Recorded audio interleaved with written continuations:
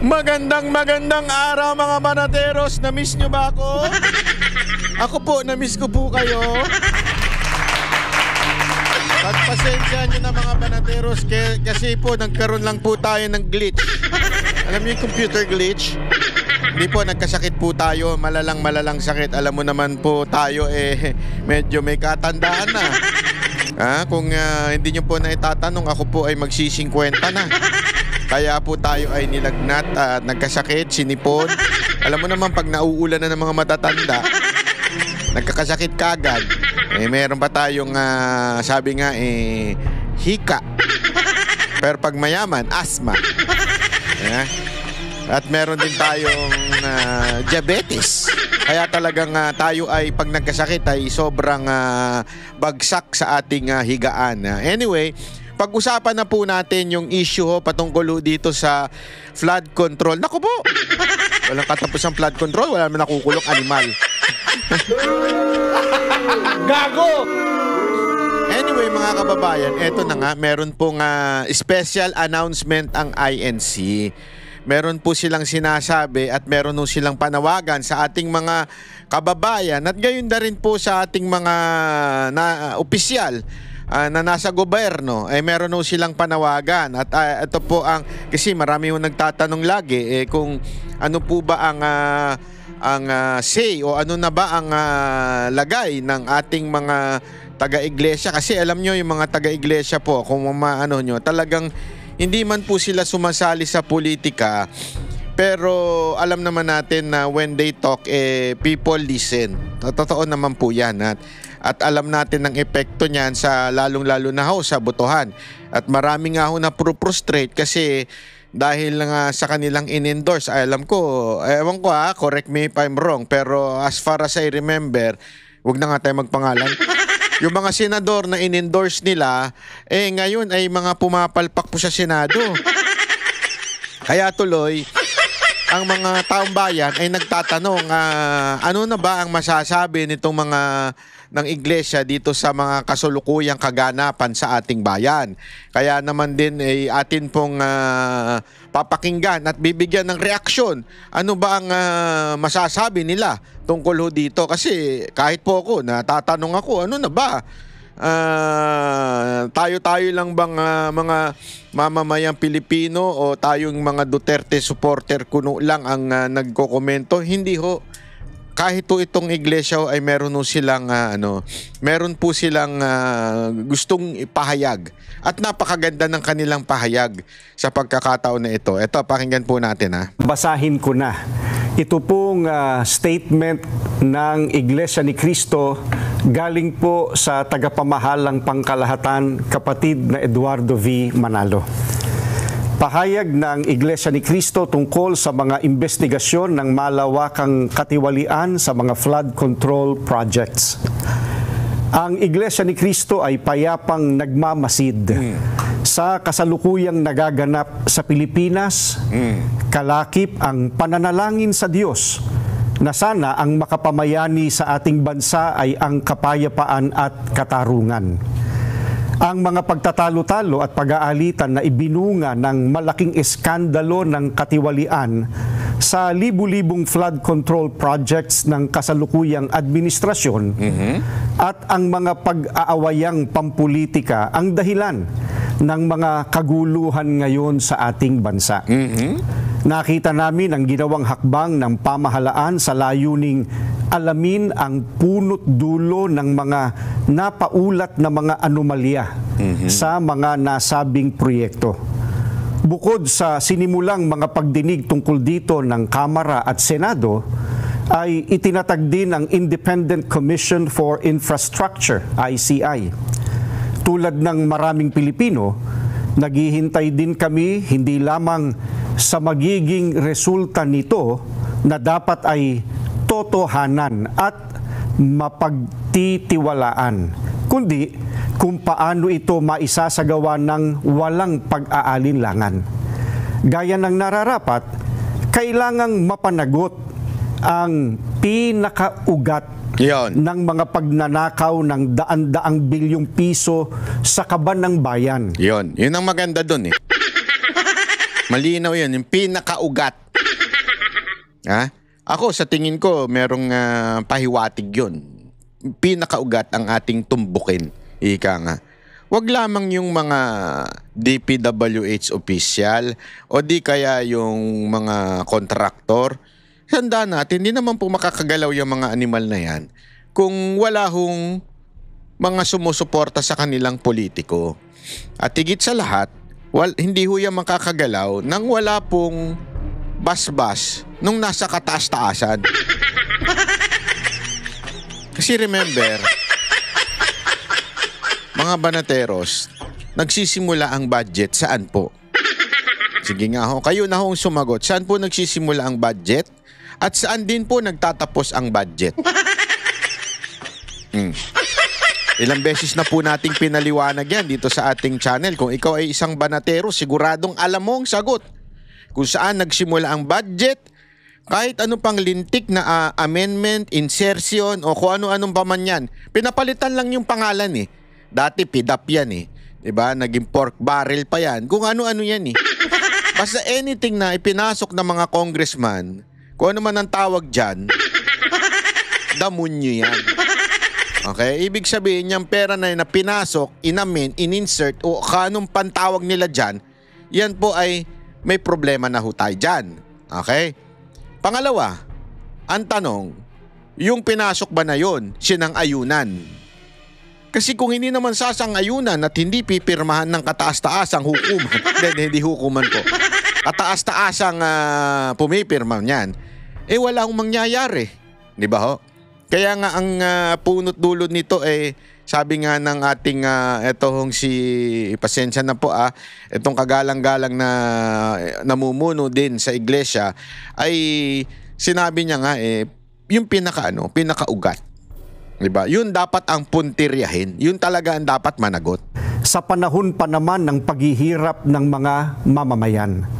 Ito ay para mailapat ang katarungan at harinaway upang hindi na tularan pa ng iba. Yaon. Subalit, hindi ito magagawa kung ititigil na ang investigasyon ng Senado. Gaya ng napapabalitang gagawin ng liderato nito dahil sa hindi malinaw na dahilan. Gayun din, hindi rin makatutulong ang investigasyon ng ICI sa palihim nitong pag-iimbestiga. Ano pat anuman ang maging resulta nito ay posibleng hindi maging katanggap-tanggap sa mga mamamayan at makadagdag lamang sa nagaganap na kaguluhan at kawalang katiyakan. Ayaw.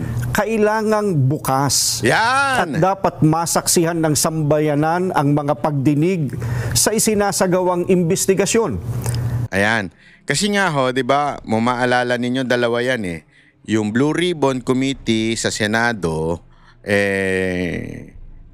alam naman natin, medyo nag-pause ngayon, 'di ba?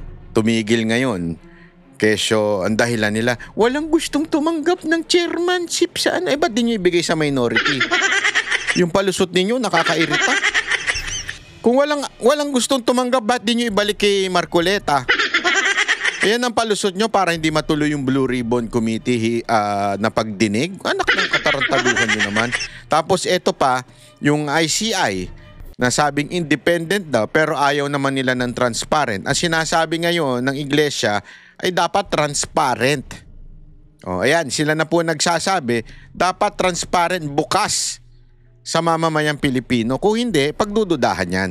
Naniniwala kami na para magkaroon ng kapayapaan, kailangang patuloy na imbestigahan ang malawakang katiwaliang iyon at isagawa ng may transparency at walang kinikilingan o pinagtatakpan. Yan. Isa itong kahayagan ng sinseridad ng mga kinauukulan. Nakalagda po ang kapatid na Eduardo V. Manalo, ang tagapamahalang pangkalahatan ng Iglesia ni Cristo. Maraming salamat po, kapatid na Jen, kapatid na Nelson. Maraming salamat po, Ka Edwil. Magbabalik pa po ang... So ayan po ang dalawang panawagan po ng iglesia. Ang panawagan po nila ay dapat ipagpatuloy. Kaya alam mo, ako nakakakita ko ngayon ng ng para bagang ayaw nilang ituloy, tapos ang palusot, magre-resign si Lacson at walang gustong tumanggap. Sasabihin nila, oh, no one is worthy of to be there. Kasi dapat sa majority, di ba? Yun yung palusot nila. Pero wala naman pong nagbabawal na ibigay sa isang minority, sabihin, dun sa opposition. So, pwedeng ibalik kay Marcoleta, ba't ayaw nyo ibalik? Papalusot kayo, ayaw nyo ibalik? Napaka-obvious nyo naman. Ayan na nga po isa sa panawagan ng INC. Dapat magtuloy-tuloy. Okay? Pangalawa, hindi ko nga alam kung ibig bang sabihin nila ibalik kay Marcoleta. Pero wala naman sinabing ganun. Wala naman sinabi. Ginawin natin. Walang sinabing ganun. Pero kung walang gustong tumanggap, ba't di nyo ibalik kay Marcoleta? Baka puntiryahin yung ugat. Yung ugat bang yun, ngumingiwi-ngiwi ba yun? Mga ganun ba yun? O yung ugat na yun, yung walang ugat sa sobrang taba?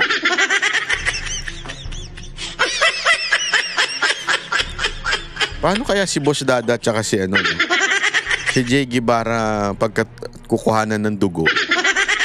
Walang ugat yung mga yun Puro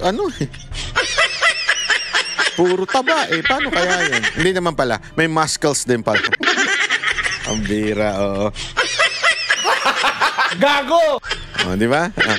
Anyway, pangalawa, yun nga sa ICI, dapat talaga transparent. Hindi naman pwedeng hindi transparent para sila nag-imbestiga. Di ba? Ngayon nga may pagdududa na May pagdududa na nakasangkot ang presidente dito sa malawakang korupsyon na ito. May pagdududa na meron ng allegation na kasangkot siya dito. Dahil nga pinsan niya yun, at the same time, merong mga delivery sa malapit sa Malacanang na pwede namang gawin ang delivery doon sa bahay sa The Fort ni Romualdez. Bakit malapit sa Malacanang? Tapos at the same time, kung sino man ang nakakapuntirya na kay Romualdez, talagang, alam mo yon, inaano ng propaganda. Nagsimula yan kanino? Kila Chis Escudero, di ba? Nung binabanatan niya na si Romualdez, ayan na. Kung ano-ano na ang pinagbibintang, di ba? Kita ninyo, may pattern Kay Chis Escudero ganun may pagbibintang kaagad eto na, sasabihin nyo, ganyan-ganyan. Tapos, pagkatapos niyan, sino pa? Yung sumunod. Si pangalan nito, si Magalo ngayon, 'di ba? Kung ano-ano na namang akusasyon na inaano nila kay Magalong. So makikita mo talaga may pattern. May pattern talaga. Anyone who names Romualdez nagkakaroon ng malawakang paninira, malawakang propaganda para sila ay siraan sa publiko. Alam naman po natin, ladies and gentlemen, alam naman po natin, mga banateros, kung sino may troll farm nang galing Pakistan, galing India, at kung saan sa lupalop ng mundo. Tingnan nyo lahat ng pumupuri kay Marco sa social media. Tingnan ninyo. Wag na ako. Kayo na ang tumingin. Makikita ninyo. So, nakikita tuloy ng mga Pilipino na parang, sandali, basta talaga Romualdez ang parang kasangkot ang Malacanang na naninira. Diba? Parang ganun ang dating. Yun ang duda ng taong bayan. Ito nga mismo si girl. Sabi nga ni Chubby Chingson, girl. Diba? Si Aling Claire Castro. Kasangkapan niya kay Magalong. Kita mo naman kung paano niya binira si Magalong. Naku po. Di talaga maganda itong ginagawa ni girl. Ay naku ka girl. That's not nice. Wag ganun girl. Hindi maganda yan, ha? Kami ang boses ng masa, hindi natatakot. Katotohanan lang, di kami nalulunod. Walang bahid ng sismis, lahat ay totoo. Kahit sino ka pa, pag mali ka babanatan ka.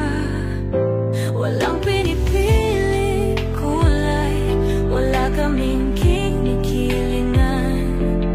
Basta para sa bayan, kami lalaban. Pag tama palakpakan, pag mali banatan. Di matitinag, di matatakot, para sa bayan tuloy ang sigaw. Sa harap ng kamera, walang halong takot. Mga baluktot, lahat kayo'y tutumba.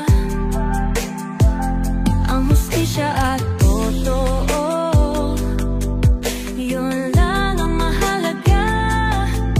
Kahit sinong harang, di kami matitinag. Walang pinipiling kulay, wala kaming kinikilingan. Basta para sa bayan, kami lalaban.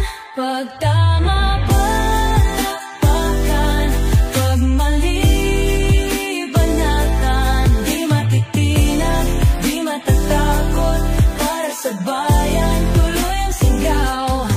Kung nasa tama ka, ikaw ay aming kasama. Pero pag mali ka, handa ka na bang mabasag? Banateros kami, walang inuunan, dahil bayan muna bago ang sarili.